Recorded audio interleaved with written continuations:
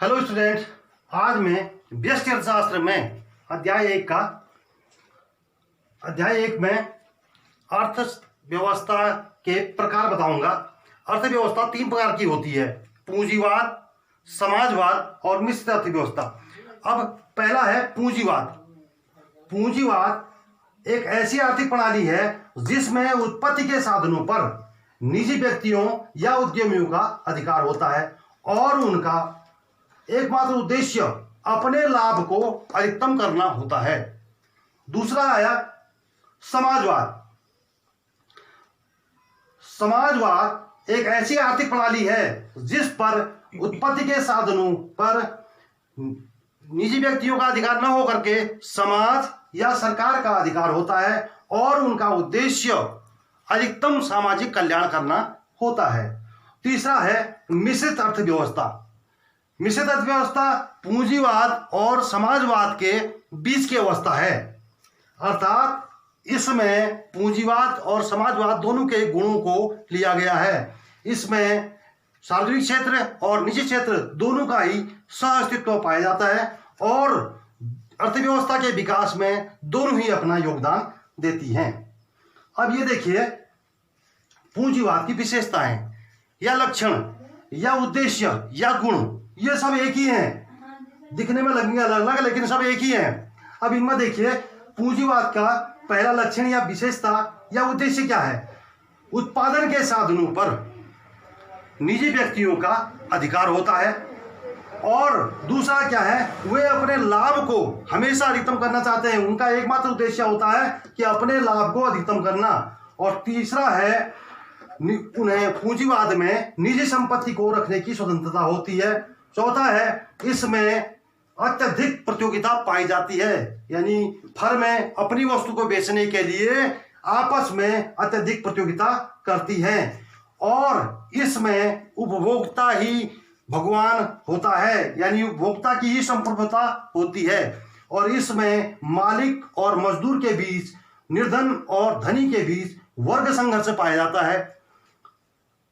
अगला है कीमत निर्धारण मांग और पूर्ति की शक्तियों द्वारा निर्धारित होता है। दोनों ही मांग, जिस हिसाब से मांग होगी उसी हिसाब से कीमत का निर्धारण किया जाएगा। जबकि समाजवाद की जो विशेषता लक्षण है इसके जस्ट उल्टा है, अपोजिट कहलाते हैं। नंबर जैसा इसमें होता है, इसमें उत्पादन के साधनों पर निजी व्यक्तियों का अधिकार न हो करके समाज या सरकार का अधिकार होता है। और दूसरी विशेषता यह है समाजवाद की कि यह लाभ अधिकतम नहीं करते हैं बल्कि समाज का अधिकतम कल्याण करने का प्रयास करते हैं। इसमें सरकार या समाज की संप्रभुता होती है। अगला है, निजी संपत्ति रखने की इसमें उतनी अधिक स्वतंत्रता नहीं होती है जितना कि पूंजीवाद में। इसमें वर्ग संघर्ष नहीं पाया जाता है और न ही प्रतियोगिता होती है। कीमत निर्धारण मांग पूर्ति की शक्तियां न करके सरकार द्वारा निर्धारित की जाती हैं कीमतें।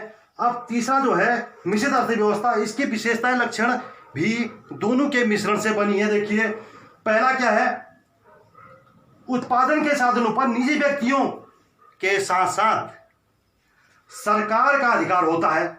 दूसरा, इसमें अपने लाभ, उद्योगपति और सरकार अपने लाभ को अधिकतम करने के साथ साथ समाज का अधिकतम कल्याण करने का प्रयास करती है और उपभोक्ता की संप्रभुता इसमें भी होती है। निजी संपत्ति रखने की स्वतंत्रता कुछ हद तक इसमें पाई जाती है और वर्ग संघर्ष उतने ही अधिक मात्रा में नहीं पाया जाता जितना कि पूंजीवाद में। और इसमें प्रतियोगिता भी होती है, लेकिन निर्धन वर्ग के लिए सरकार द्वारा कुछ जो अति आवश्यक वस्तुएं हैं उनको वितरित किया जाता है।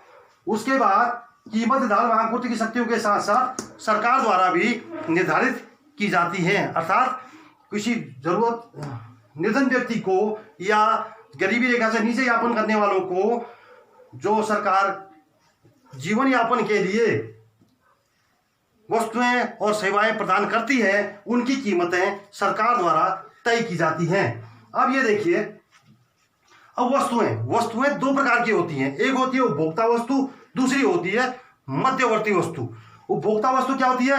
उपभोक्ता वस्तुएं वे वस्तुएं होती हैं जिनका सीधे उपयोग उपभोक्ता करता है, जैसे फ्रिज है, टेलीविजन है और स्कूटर है, कार है, जो चीज़ें और खाद्य पदार्थ हैं जिसको हम सीधे हम भोजन का ग्रहण करते हैं, तो ये उपभोक्ता वस्तुएं हैं। कुर्सी, टेबल, ये सब उपभोक्ता वस्तुएं हैं।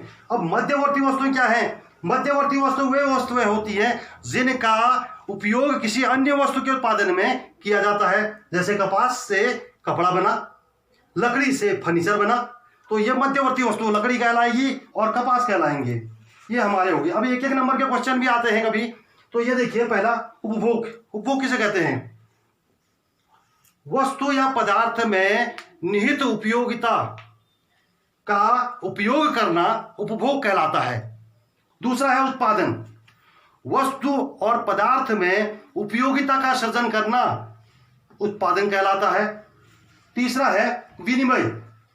विनिमय मतलब आदान प्रदान, दो पक्षों के मध्य होने वाले ऐच्छिक, वैधानिक एवं स्वतंत्र वस्तुओं के आदान प्रदान को विनिमय कहते हैं। और वितरण, अगला है वितरण। वितरण क्या कहलाता है? उत्पत्ति के साधनों को मिलने वाला पारिश्रमिक, जैसे भूमि को लगान, श्रम को मजदूरी, पूंजी को ब्याज और उद्यमी को उसका लाभ, जो बंटवारा होता है, उसे हम वितरण कहते हैं।